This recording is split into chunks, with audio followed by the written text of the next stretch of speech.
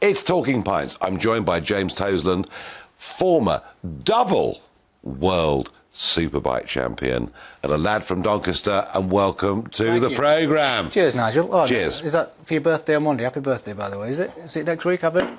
Everyone knows. Everyone knows I can't keep my birthday or my age a secret. Now, James, we were up in Doncaster the other week, did a live programme up there, and you're very much a Doncaster boy, aren't you? Yeah, born in Doncaster. I've lived most of my life in Sheffield area, but I've been a patron for the Sheffield Children's Hospital there, so I've got more affiliation with Sheffield itself. But yeah, born and bred in Doncaster. Now, Superbikes, it kind of feels like a very sort of privileged elite get the chance to do this. It is. I mean, I was very privileged to have a job that went from a hobby to a career itself, and it's flying around a motorcycle track at 200 miles an hour every weekend, and travelling the world as well, which you know you've done yourself, and to get out of Doncaster and see the world and the different cultures and different people and different foods and different smells and climates. If I can encourage anybody to do anything, it's travel the world and feel these different things. Not everyone gets that chance. You were twice world champion in this. In what has got to be, I guess, I mean, is there a more dangerous sport? Oh, crikey. It's up there. I mean, the Isle of Man TT racing, which is obviously... Was it last year? Over half a dozen killed doing it. It's most years there's some fatalities, unfortunately, but it's, you know, that if you're an adrenaline junkie, the closer to death you are, the more alive you feel. So is that what you are? Yeah, yeah. And the closer to death you are, the more exciting it is, and that's the drug, and that's what we get addicted to. And flying around on motorcycles at those speeds, especially if you are lucky enough to witness the Isle of Man TT, it's such an incredible spectacle, and the bravery of those guys and the risks that they take. You've got to understand why people risk to that level, especially when they've got families. Why have you, over the years, risked to that level? What's been your motivation to do this incredibly dangerous thing? It's a difficult one to describe. I think if you are on a machine and you go 200 miles an hour and you go 210 miles an hour and you want to go faster than that and you can't get enough of it, you need to tick a certain way. And there's not many of us, I don't think, luckily, in the world. So where did it come from with you? Don't know. I've always been naturally competitive, so obviously being in sport was perfect. And to be naturally competitive and an adrenaline junkie, to be able to win something and go at those speeds every single weekend, it just scratched that itch that I naturally had, and it was perfect for me, perfect for a lot of people. But yeah, there isn't. Honestly, I've done the skydiving. I was abseiling down a building in Sheffield like last week. You're completely, I mean, in the nicest way of putting it, a bit of a nutter, really, aren't you? Yeah, but honestly, abseiling or skydiving, it doesn't come close to flying around on a motorcycle. And we were talking earlier about the e-fuels on the climate. Because this big debate, you know, the internal combustion engine, and the Germans have clearly convinced the European Union not to end the manufacture of them. Do e-fuels actually work? Yeah, they do work, and they've been tested, and basically it keeps the combustion engine alive, and especially with motorcycling as well, it keeps the noise, because a massive part of our show is the roar. If you've watched an electric bike race, it is not the same, or Formula E, for example, compared to Formula 1. And if you heard a V12 or a V10 Formula 1 car going around the track compared to what it is now with the hybrids, it is just not the same show. So we're pushing for these e-fuels, because if we can run the combustion engine, keep the noise, but not burn off and kick out the CO2s, it's perfect for our industry. Well, this is where the European Union now are. I never thought I'd be pro the European Union, but on this decision they are. Over there, they're not listening at the moment, but maybe they will. James, what was the worst injury you had doing this? The one that retired me, which I had to have my right wrist fused, which it doesn't move anymore. So, because with the throttle of the motorcycle, that was my worst one.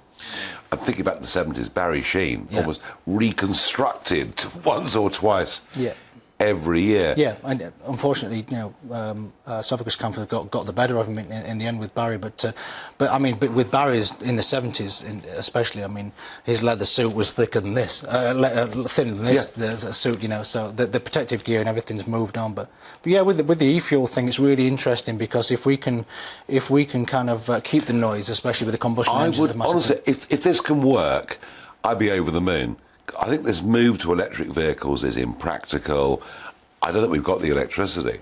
What would you say, James? What would you say to 16, 17, 18-year-olds that want to get a motorbike? Do you think Britain's roads work for motorbikes? Oh, crikey. I mean, not so much the roads, it's the climate that doesn't necessarily lend itself to, 6 months of the year. You'd rather not be on a motorcycle with the weather, so it's more the weather rather than the roads. The roads, actually, if you've travelled, our roads are pretty good. The standard of them and how good they are compared to in Europe and around the world. Our road networks are very, we have a lot of restrictions now with road humps and speed cameras and that, which make it a little bit trickier. And on the embankment there, 20 miles an hour, 24 hours a day. It's crazy, isn't it? Yeah. But, we have some of the best motorcycle racetracks in the world on this little island. Silverstone, Donington, Brands Hatch, Cadwell Park, Alton Park, we have a plethora of circuits that you can buy a little track bike and go and have a good razz round, and you don't need to get the buzz on the roads that you can on the racetrack anyway, And winning the World Championship twice, did you make any money out of this? Yeah, it was very lucrative, at the top. But with most sport, the money, the big money, you've got to be right there, haven't you? It is. Anything less than fifth, obviously, I moved into the music industry as well from racing, and the music and the travelling and the touring compared to the sport. It's not just the money that's different. Just the way of life from being a sportsman to a musician. Tell us about the music. It's well, I was wanting to use this platform to, obviously, being an advocate of the Brexit thing. The music industry, as you know, it's been a disaster for it, with all the carnets, with all the travelling, 90 nights and 180 days of the year, you're not allowed to stay in Europe, etc., etc., etc. When we support Deep Purple and one of the biggest bands in the world, and we got a certain fee. And when actually now you need a carnet for every single European country to go and play in, and don't even meet that you're doing it's a huge... But as Roger Daltrey said, we were touring Europe and doing concerts and doing gigs way before we joined the common market. Yeah. So what's going on? It's the restrictions that have been imposed. Spain has not done the same restrictions. You can move around as an artist. It's bloody mindedness, isn't it? Yeah, and it's like talking to yourself on wanting a particular Brexit that worked for us. And in the music industry, how do you think, as an answer to all the musicians out there, that I was wanting to ask you particularly, because you wanted a Brexit and well, I wanted to be a free country. Yeah. And how do we get around other countries not wanting to have our rules on what we'd like to do from this deal that we've kind of succumbed to?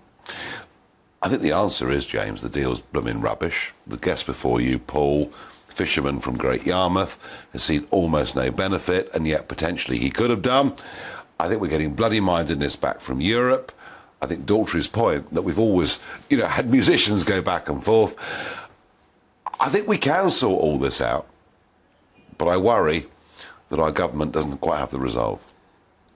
So it's our government that can't negotiate or doesn't want to negotiate these things on making it possible for artists. Could an artist say in this country, is it possible for our government to put a legislation in that all artists, performing artists that are travelling all around Europe, have a free rein at travelling round? We would need cooperation from other European countries, but as you say, Spain already is in that place. It needs determination and belief. And I think Brexit came across this place here as a heck of a shock. They haven't quite adjusted to it yet. They will in time, because we're not going back. Yeah, I'm just worried there's going to be a lot of artists that are going to kind of really suffer in this little period, that we're going to lose a generation of being able to tour. But there is a big world outside Europe too. Yes, but it's more expensive to go beyond that as well. Yeah, for an but there's artist. a big world out there. Yeah. By the way, are you making more money in music than you made in motorsport? Hell no. But it's it's not about the money, is it? As well, it's if you can do something. Which do you prefer? I prefer the racing to scratch the itch of needing to have something to take that. James Toseland, adrenaline junkie. Yes, I'll drink to that. Thank you for joining me on Talking Pints.